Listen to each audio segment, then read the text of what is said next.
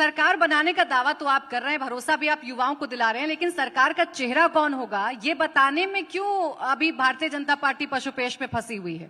Bharatiya Janata party को चेहरा तय करने में 5 मिनट भी नहीं लगेगा। चेहरा तो आज कांग्रेस पार्टी ने भूपेश बघेल का ठुकराया है। सामूहिक नेतृत्व में चुनाव लड़ने का ऐलान कांग्रेस पार्टी ने किया है, तो कांग्रेस पार्टी ने ही भूपेश बघेल का चेहरा नकार दिया है। और 3 दिसंबर को तो छत्तीसगढ़ की जनता कांग्रेस और भूपेश बघेल दोनों को घर बिठाने वाली है और कमल खिलने वाला है। कांग्रेस अगर सामूहिक नेतृत्व में लड़ रही है तो आपके पास भी तो 15 साल के कामकाज गिनाने के लिए 15 साल जो चेहरा आपको जिताता रहा वो प्रोजेक्ट करने का एक मौका था। आप क्यों पीछे हट रहे हैं रमन सिंह का नाम लेने में?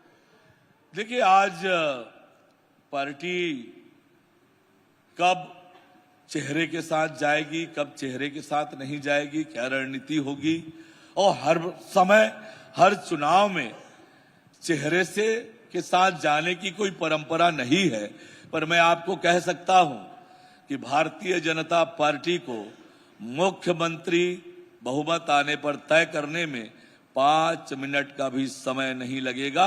आज हम चिंता इस बात की कर रहे हैं कि आज छत्तीसगढ़ की जनता जिस विषय को लेकर बेचैन है कि छत्तीसगढ़ अटल बिहारी वाजपेयी जी का बनाया हुआ छत्तीसगढ़ है, और जो दुर्दशा भूपेश बघेल ने इस छत्तीसगढ़ की है, आम छत्तीसगढ़ का व्यक्ति चिंतित है। ये शांति का टापू, ये भोले भाले सीधे साधे ईमानदार और मेहनती लोगों का प्रदेश, इस प्रदेश को अशांत करने का काम, अपराध का गढ़ बनाने का काम, भ्रष्टाचार का गढ़ बनाने का काम, और बड़ी बात तो ये है कि छत्तीसगढ़ के डेमोग्राफी को चेंज करने का जो षड्यंत्र इस सरकार ने किया है, धर्मांतरण, लव जिहाद, ऐसी बातों को करके, इससे आम छत्तीसगढ़ का व्यक्ति चिंतित है। और इसलिए ये जो चुनाव है, ये छत्तीसगढ़ को बचाने का चुनाव होने वाला है। आप ध्रुवीकरण की बात कर रहे हैं, आप बात कर रहे हैं क्राइम की, और इसी क्राइम को लेकर एक हिट फॉर्मूला जो यूपी से निकला, क्या यूपी वाले बाबा अब अरुण साव बनना चाह रहे हैं छत्तीसगढ़ में? क्योंकि बुलडोजर से आपका स्वागत होता है और आप कहते हैं कि बुलडोजर वाली सरकार की जरूरत है इस छत्तीसगढ़ को। पहली बात तो ये है कि कांग्रेस की सरकार ने तुष्टीकरण की राजनीति की है 5 साल तक। चाहे कबीरधाम में भगवा ध्वज के अपमान की बात का घटना हो, भगवा ध्वज के अपमान के खिलाफ आवाज बुलंद करने वालों के खिलाफ झूठे मुकदमे बनाकर उन्हें जेल में ठूसा, और प्राची जी जो जेल में यातनाएं दी गई, ऐसा लगता था कि हम अंग्रेजी हुकूमत के खिलाफ लड़ रहे हैं, ऐसी यातनाएं जेल में दी गई। बीरनपुर की जो घटना हुई, घटना के पृष्ठभूमि लव जिहाद,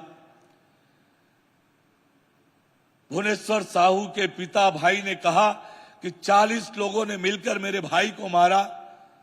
सरकार ने गिरफ्तारी की केवल 11, बाकी के लोग आज तक गिरफ्तार नहीं हुए हैं। वही भुवनेश्वर साहू के खिलाफ जो अन्याय किया सरकार ने, उसके लिए न्याय की लड़ाई लड़ने वालों के खिलाफ हत्या के मामले बनाए आपने झूठे, आगजनी के मामले बनाए, और वो झूठे मुकदमे बनाए गए। ये हमारा आरोप नहीं है, ये तो न्यायालय ने अपने फैसले में कहा कि ये 8 नौजवानों को पुलिस ने बिना आधार के गिरफ्तार किया। और जो मलकीत सिंह के साथ हुआ, ये सारी घटनाएं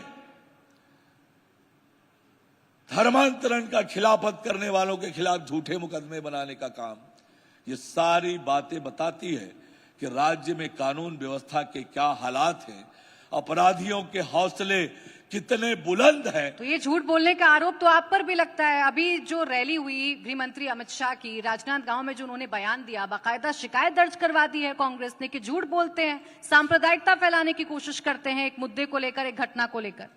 मैं आपसे यही कह रहा हूं कि आज छत्तीसगढ़ में अपराधियों के हौसले जो बुलंद हैं, रक्षाबंधन के दिन 2 बेटियों के साथ सामूहिक बलात्कार की घटना राजधानी के नजदीक, शिक्षक दिवस के दिन एक शिक्षिका के साथ जजपुर में सामूहिक बलात्कार की घटना, और बड़ी बात तो तब हो गई जब राजधानी रायपुर में एडिशनल एसपी के कार्यालय के पार्किंग में 16 साल की बेटी के साथ दुष्कर्म की घटना होती है।